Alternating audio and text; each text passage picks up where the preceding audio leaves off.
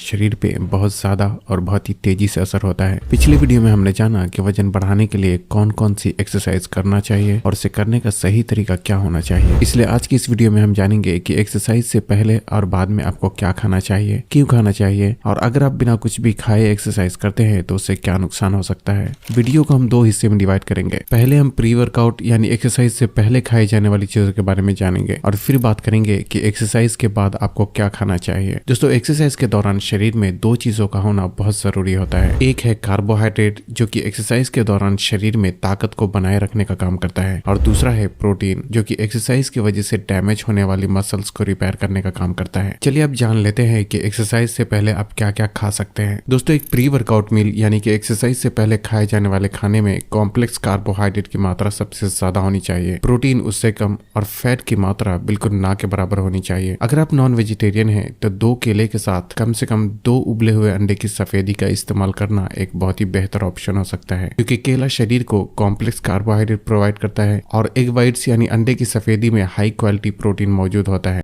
लेकिन अगर आप वेजिटेरियन हैं तो 50 से 100 ग्राम उबले हुए चने को भुने हुए चूड़े के साथ इस्तेमाल करना एक बहुत ही बेहतर ऑप्शन हो सकता है। चना से शरीर को प्रोटीन मिलता है और इसके पकाने के बाद ये पचने में आसान और इसमें मौजूद प्रोटीन भी शरीर में ज्यादा बेहतर तरीके से एब्जॉर्ब होता है, जबकि चूड़ा शरीर को कार्बोहाइड्रेट प्रोवाइड करता है। दरअसल चूड़ा को पोहा के नाम से भी जाना जाता है और ये चावल से बनाया जाता है। इसे चने के साथ खाने की 3 बड़ी वजह है। एक तो ये कि चूड़ा और चने का कॉम्बिनेशन खाने में बहुत ही टेस्टी और क्रंची होता है। दूसरा कारण यह है कि इसमें कार्बोहाइड्रेट की भी अच्छी खासी मात्रा मौजूद होती है और तीसरा ये कि चने में जिस अमाइनो एसिड की कमी होती है उसे ये पूरा कर देता है और जिससे कि ये दोनों मिलकर एक कंप्लीट प्रोटीन फूड में तब्दील हो जाता है। अब सवाल ये उठता है कि इन चीजों का एक्सरसाइज के कितनी देर पहले इस्तेमाल करना चाहिए। दोस्तों, ये पूरी तरीके से आपके पाचन पे डिपेंड करता है, क्योंकि जो भी आप खाते हैं वो अच्छी तरह से पचने के बाद ही एनर्जी में कन्वर्ट होता है। क्योंकि खाना पहले तो घंटों तक पेट में ही पड़ा रहता है, फिर अच्छी तरह छोटे छोटे टुकड़ों में टूटने के बाद आंतों में पहुंचा दिया जाता है और फिर वहां से खून में पहुंचकर शरीर के काम में आता है। इसलिए प्री वर्कआउट मील आपको एक्सरसाइज से कम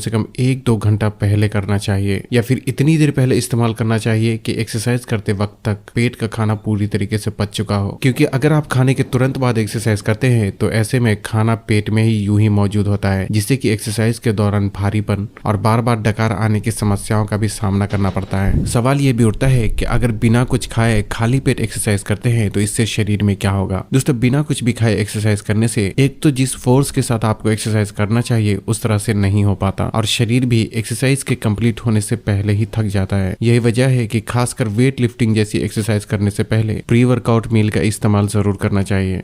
अब बात करते हैं कि एक्सरसाइज के बाद क्या खाना चाहिए, क्यों खाना चाहिए और अगर आप कुछ भी नहीं खाते तो ऐसे में इससे शरीर को क्या नुकसान हो सकता है। दोस्तों, एक्सरसाइज करने के बाद आपके पूरे शरीर को भूख लगती है और अगर आप ऐसे में सही चीज नहीं खाते तो बॉडी श्रिंक होने लगती है और शरीर की मसल्स भी ठीक से ग्रो नहीं कर पाती, क्योंकि एक्सरसाइज में शरीर की मांसपेशियों पर जोर पड़ने की वजह से मसल्स अंदर से पूरी तरीके से टूट जाती है और बॉडी में मौजूद ताकत भी काफी हद तक खर्च हो जाती है, जिसे रिस्टोर करना बहुत जरूरी होता है। चलिए अब देख लेते हैं कि आप एक्सरसाइज के बाद क्या क्या खा सकते हैं। दोस्तों, एक्सरसाइज के बाद खाए जाने वाले खाने में प्रोटीन सबसे ज्यादा जरूरी होता है, क्योंकि यही आपके शरीर की मसल्स को रिपेयर करके उसे ग्रो होने में मदद करता है। इसलिए पोस्ट वर्कआउट मील यानी कि एक्सरसाइज के बाद खाए जाने वाले खाने में प्रोटीन की सबसे ज्यादा मात्रा होनी चाहिए, कार्बोहाइड्रेट मीडियम और फैट 0 या फिर कम से कम होना चाहिए। सबसे पहली चीज जो आप एक्सरसाइज के बाद इस्तेमाल कर सकते हैं वो है वे प्रोटीन, क्योंकि ये पचने में आसान होने के साथ साथ शरीर में बहुत ही तेजी से एब्जॉर्ब होता है और आपके शरीर की मसल तक पहुंचकर उसे जल्दी रिपेयर करने का काम करता है। इसलिए अगर आप वे प्रोटीन सप्लीमेंट का पहले से ही इस्तेमाल करते हैं या करना चाहते हैं तो इसे एक्सरसाइज के बाद नॉर्मल पानी के साथ इस्तेमाल करना एक बहुत ही बेहतर ऑप्शन हो सकता है। वे प्रोटीन कैसे बनता है, इसे कब, कैसे और किन लोगों को इस्तेमाल करना चाहिए, उस बारे में हमारे चैनल पे पहले से ही एक बहुत ही डिटेल में वीडियो मौजूद है, आप चाहे तो उसे देख सकते हैं। वे प्रोटीन खरीदते वक्त ये भी ख्याल रखना जरूरी है कि प्रोटीन सप्लीमेंट के नाम पर बहुत से घटिया और नकली सप्लीमेंट की भी मार्केट में कोई कमी नहीं है, इसलिए सस्ते के चक्कर में में ऐसा कुछ भी आपको नहीं खरीदना चाहिए जो कि आपको बाद में नुकसान पहुंचाए। तो ऐसे में बेहतर है कि खाने की चीजों के जरिए ही प्रोटीन की जरूरत को पूरा करने की कोशिश करें, क्योंकि शरीर के लिए प्रोटीन जरूरी होता है, प्रोटीन सप्लीमेंट नहीं। और ये बात आप हमेशा ख्याल रखें। जो मैंने एक्सरसाइज से पहले खाने के लिए बताया है उसे ही आप एक्सरसाइज के बाद भी इस्तेमाल कर सकते हैं। बस आपको पोस्ट वर्कआउट मील में प्रोटीन की मात्रा थोड़ा बढ़ा देना चाहिए और ऐसे में केले के साथ 2 अंडे की सफेदी की जगह 5 से 6 अंडे की सफेदी का इस्तेमाल करना एक बेहतर ऑप्शन हो सकता है। और जो चने वाली रेसिपी मैंने बताया है उसे एक्सरसाइज के बाद इस्तेमाल करने के लिए जरूरत के हिसाब से उसमें चने की मात्रा आप बढ़ा सकते हैं। ये दोनों ही मील ऐसी है कि इसको आप एक्सरसाइज से पहले भी इस्तेमाल कर सकते हैं और एक्सरसाइज के बाद भी, क्योंकि इसमें प्रोटीन और कार्बोहाइड्रेट की अच्छी खासी मात्रा होने के साथ साथ फैट बिल्कुल ही ना के बराबर में मौजूद होता है। पोस्ट वर्कआउट मील यानी एक्सरसाइज के बाद खाए जाने वाले खाने एक्सरसाइज करने के 1 घंटे के अंदर अंदर इस्तेमाल कर लेना चाहिए, क्योंकि हमारे शरीर को प्रोटीन जितनी जल्दी मिलता है उसमें मौजूद अमाइनो एसिड मसल्स तक जल्दी पहुंचकर उसे जल्दी रिपेयर करने का काम करता है। अब हम वेट गेन सीरीज के तीसरे पार्ट में जानेंगे कि वजन बढ़ाने के लिए आपको पूरे दिन में क्या क्या खाना चाहिए। तो बस आज के लिए इतना ही। अगर वीडियो पसंद आई हो तो इसे लाइक और शेयर करके चैनल को सब्सक्राइब करना भी ना भूलें।